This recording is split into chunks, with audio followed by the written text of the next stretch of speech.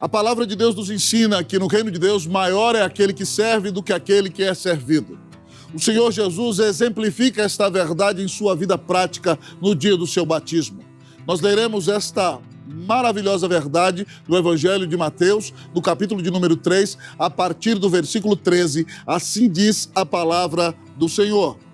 Por este tempo, dirigiu-se Jesus da Galiléia para o Jordão, a fim de que João o batizasse.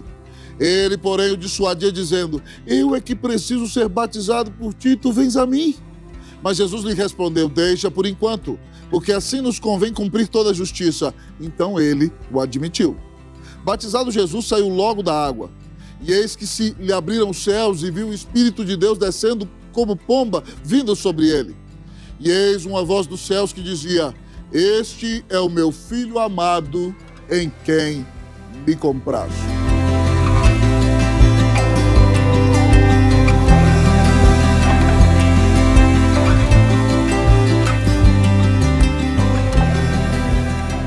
Queridos amigos e irmãos, aqui nós vemos o início do ministério do Senhor Jesus.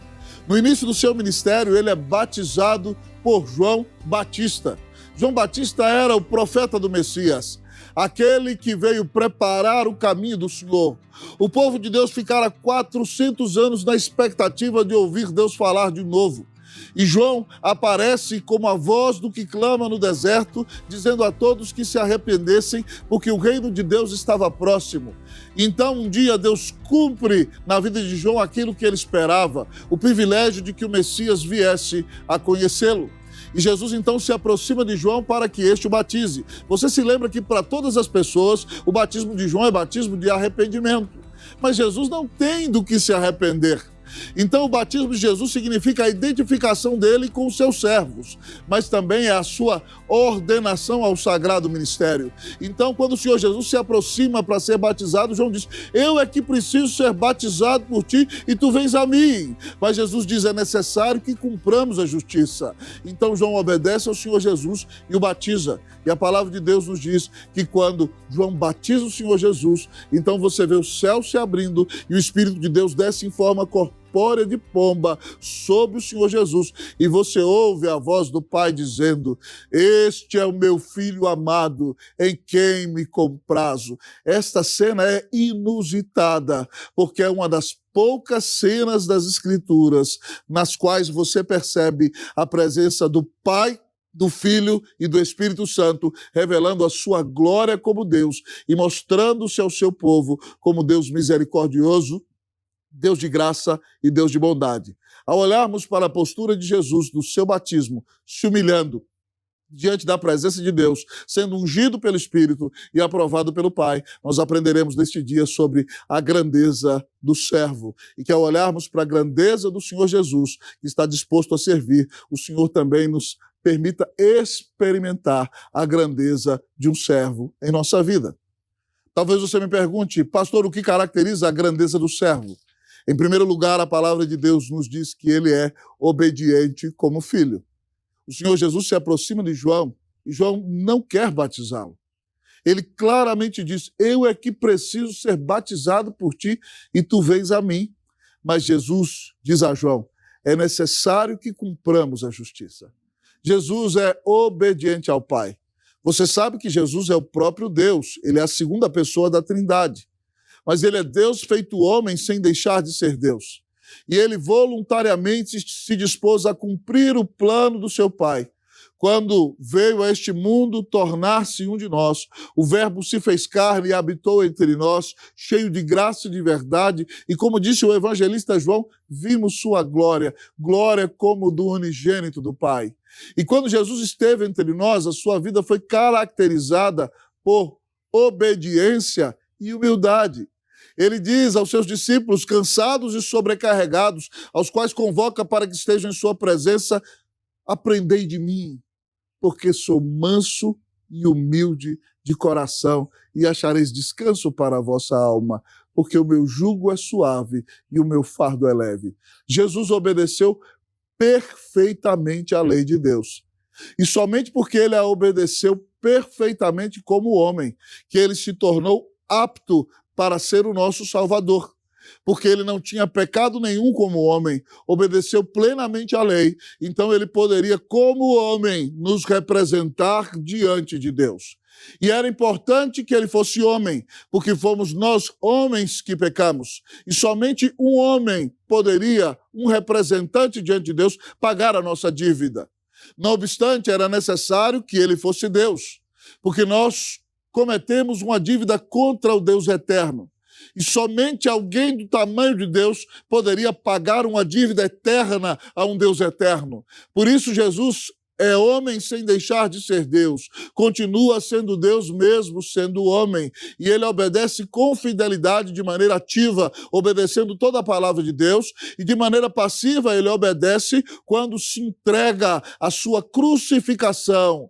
Ali ele foi moído por nós, tal como profetizou Isaías em 53 de sua profecia, quando disse: certamente ele tomou sobre si as nossas enfermidades e as nossas dores ele levou sobre si, e nós o reputávamos por aflito, ferido de Deus e oprimido, mas ele foi traspassado pelas nossas transgressões, moído pelas nossas iniquidades. O castigo que nos traz a paz estava sobre ele, e pelas suas pisaduras nós fomos sarados. Cristo obedeceu até a morte, e morte de cruz, como diz o apóstolo Paulo em Filipenses 2, e ao obedecer recebeu a ira de Deus em nosso lugar. O que eu merecia sofrer no inferno, Cristo sofreu em meu lugar na cruz. E porque ele obedeceu fielmente até o fim, nós somos salvos pela graça de Deus. Ele morreu, ele ressuscitou, ele está sentado à direita de Deus. Isaías também profetiza em Isaías 53, que ele veria o fruto do seu penoso trabalho e ficaria satisfeito.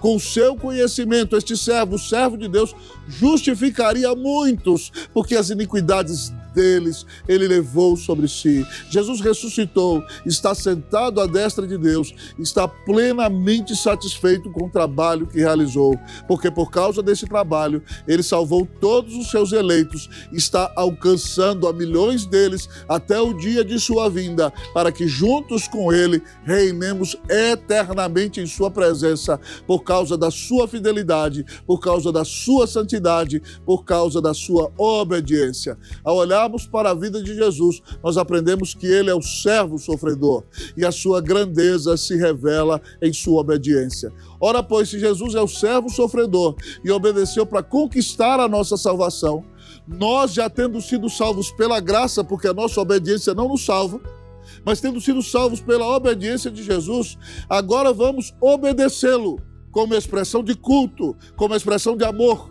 como expressão de gratidão, porque ele obedeceu e recebeu a ira de Deus que nós merecíamos. Nós viveremos para a glória dele, não para conquistarmos salvação, porque foi ele quem conquistou nossa salvação, mas porque nós o amamos. Nós viveremos para servi-lo e adorá-lo e consagraremos a nossa vida totalmente a ele. A grandeza do servo se revela em sua obediência. Jesus é obediente como filho. Contudo, você pode me perguntar: pastor, o que mais caracteriza a grandeza do servo? Em segundo lugar, o nosso texto nos diz que ele é ungido pelo Espírito. Quando o Senhor Jesus é batizado, a palavra de Deus nos diz, e Lucas ainda de maneira mais claramente, que os céus se abriram. Enquanto ele orava, o Espírito Santo desceu sobre ele em forma corpórea de pomba. O texto nos ensina que Jesus foi ungido pelo Espírito Santo. Com isso, os evangelistas querem nos mostrar que Jesus está ali sendo ordenado para o sagrado ministério e que ele exerce o seu ministério na dependência do poder do Espírito Santo. Ele não renuncia à sua divindade quando vem ao mundo, ele continua sendo Deus. Mas ele resolve não exercer todas as prerrogativas da sua divindade, porque ele está em humilhação como homem. E por isso, então, no seu ministério, ele depende do poder e da unção do Espírito Santo. E por isso o Espírito Santo toma forma corpórea de pomba e vem sobre ele. E todos percebem que enquanto Jesus aqui esteve, ele exerceu o seu ministério em humildade, na dependência do poder do Espírito Santo, cumprindo a profecia de Isaías, que disse: o Espírito do Senhor está sobre mim, porque Ele me ungiu a pregar boas novas aos quebrantados e enviou-me a curar os quebrantados de coração e a livrar a todos os cativos e a pôr em liberdade os algemados e a pregoar o ano aceitável do Senhor e o dia da vingança do nosso Deus, a consolar todos os que choram e a pôr sobre os que em Sião estão de luto uma coroa ao invés de cinza, óleo de alegria ao invés de pranto, vestes de louvor ao invés de espírito angustiado, a fim de que se chamem carvalhos de justiça, plantados pelo Senhor para a sua glória.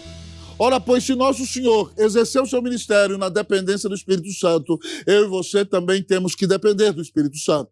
Significa que nós temos que ser homens de oração e as irmãs mulheres de oração.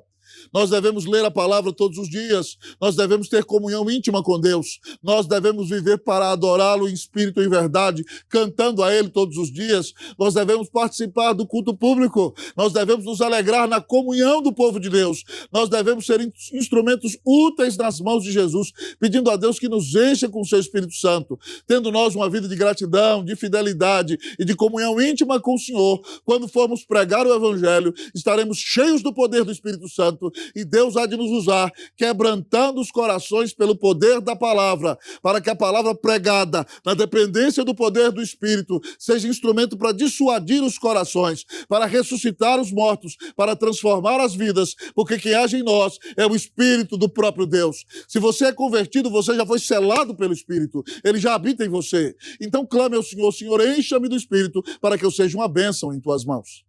Mas em último lugar, o texto nos diz que a grandeza do servo é caracterizada pelo fato de que ele é aprovado pelo Pai. Depois que Jesus é batizado, está em oração.